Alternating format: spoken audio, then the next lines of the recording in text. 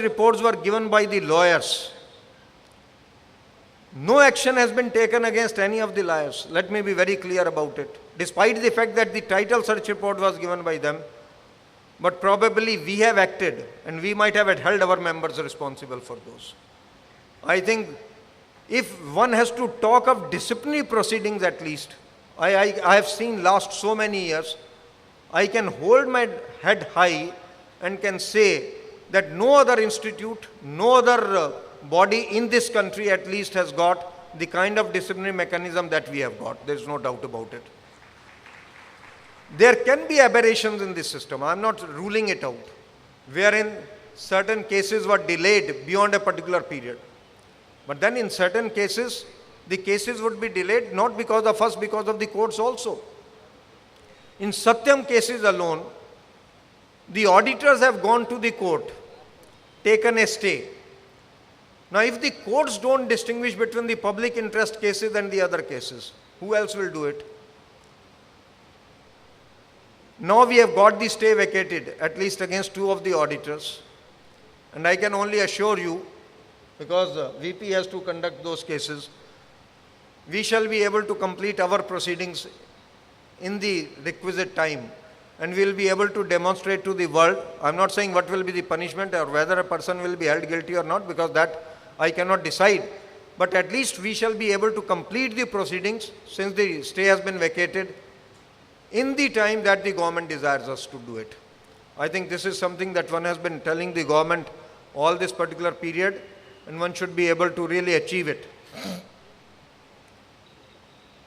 So far as the opportunities in the profession are concerned, let me say there is no dearth of the opportunities. The dearth is of the patience. The dearth is of, I can say, some kind of an attitude to really get together and then build a profession. 74% proprietaries in the profession, what it looks like.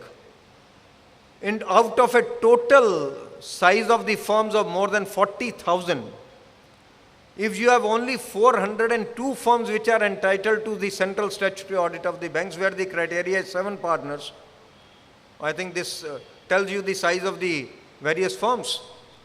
And if the mergers and amalgamations in the profession today are taking place only for 2 reasons, one is for the purpose of central statutory audit of the banks and the other is the C&AG audit, the profession cannot really look at it with some kind of a respite.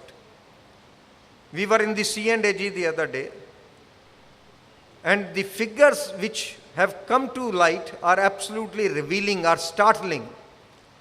We are showing somebody as an independent partner in a firm, and these are not the aberrations. Let me also tell you, number of cases are quite large. We are saying that some person is an independent partner in a firm. He has no proprietary, he has no other partnership firm, he does nothing else, but his total income from the firm is only 3,000 rupees per annum. And if C&AG knows it, if the world knows it, what we are expecting from the world at large for the respect?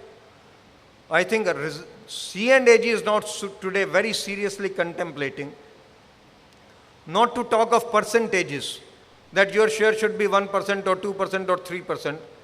They may come up with that if you are an ACA as a partner in the firm and you say that you are independent, your minimum income from the firm should be about 15,000 rupees per month. Whereas we claim otherwise that a CA to begin with commands a salary of more than 6 lakh rupees per annum. C&AG is prepared to accept it at 15,000, that is 1,80,000 rupees per annum.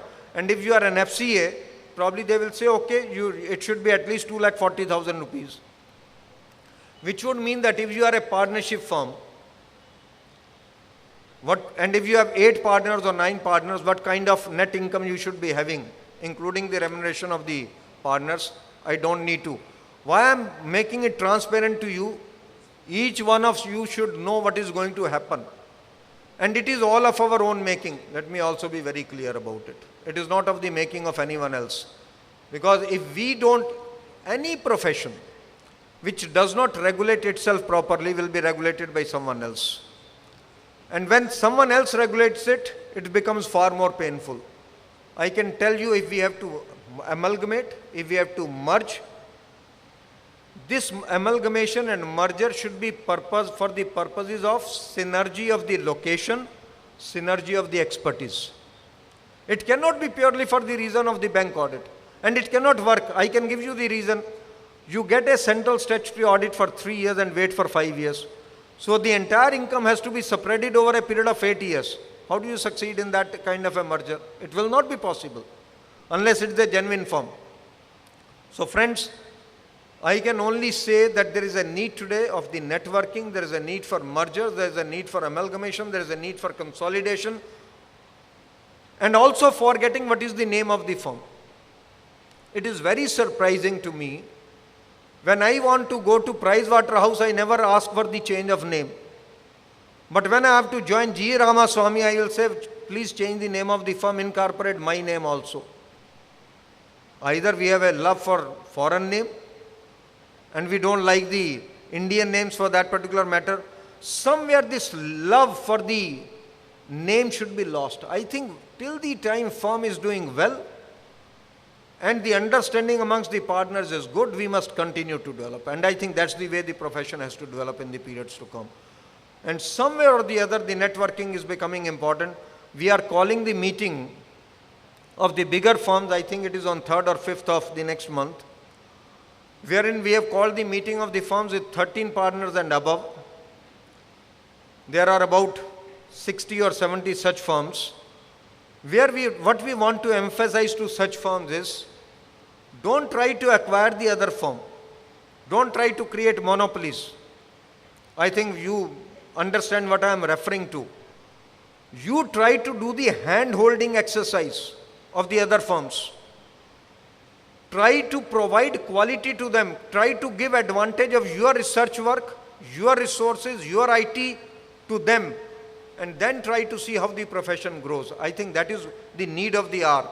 And I think we should be able to succeed, because if we start creating monopolies within the profession, it is not going to help.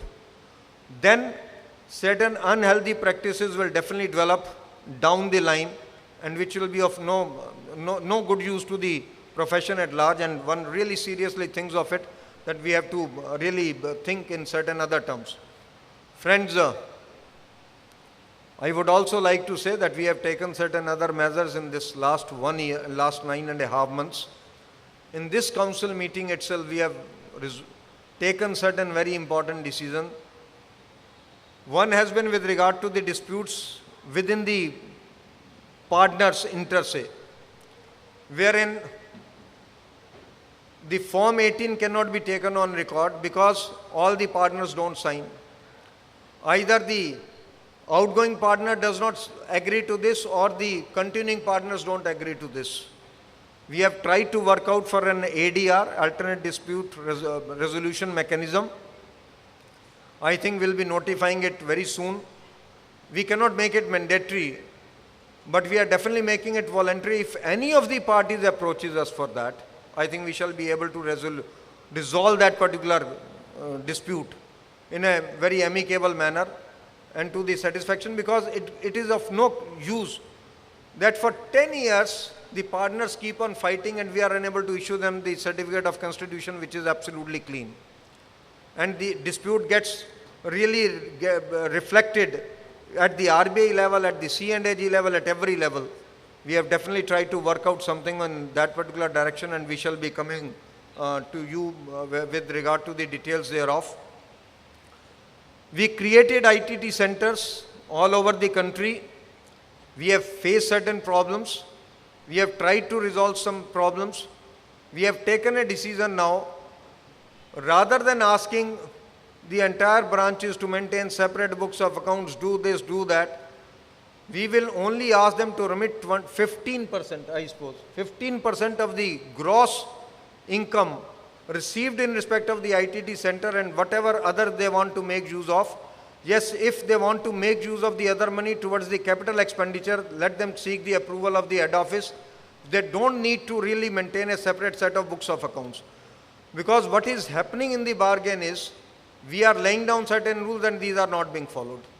So we thought let it be much better that we ease the norms so that these can be really complied with rather than being non-complied with. We have also looked at the problem in some of the branches, let me say, some of the chairmen continue till eternity. Term after term, they will recontest the elections. I think they develop some kind of either vested interest, or you are creating a dearth of the new leadership in the profession. So we have taken a decision that a person who has been the chairman should not be able to recontest the election of the branch again, management committee. And if, so far as the next 2 years are concerned, if the position is such that you cannot help the situation, they have already contested, in that case they shall not be able to occupy the position of the chairman, they shall be able to occupy the position of secretary or treasurer or anything. But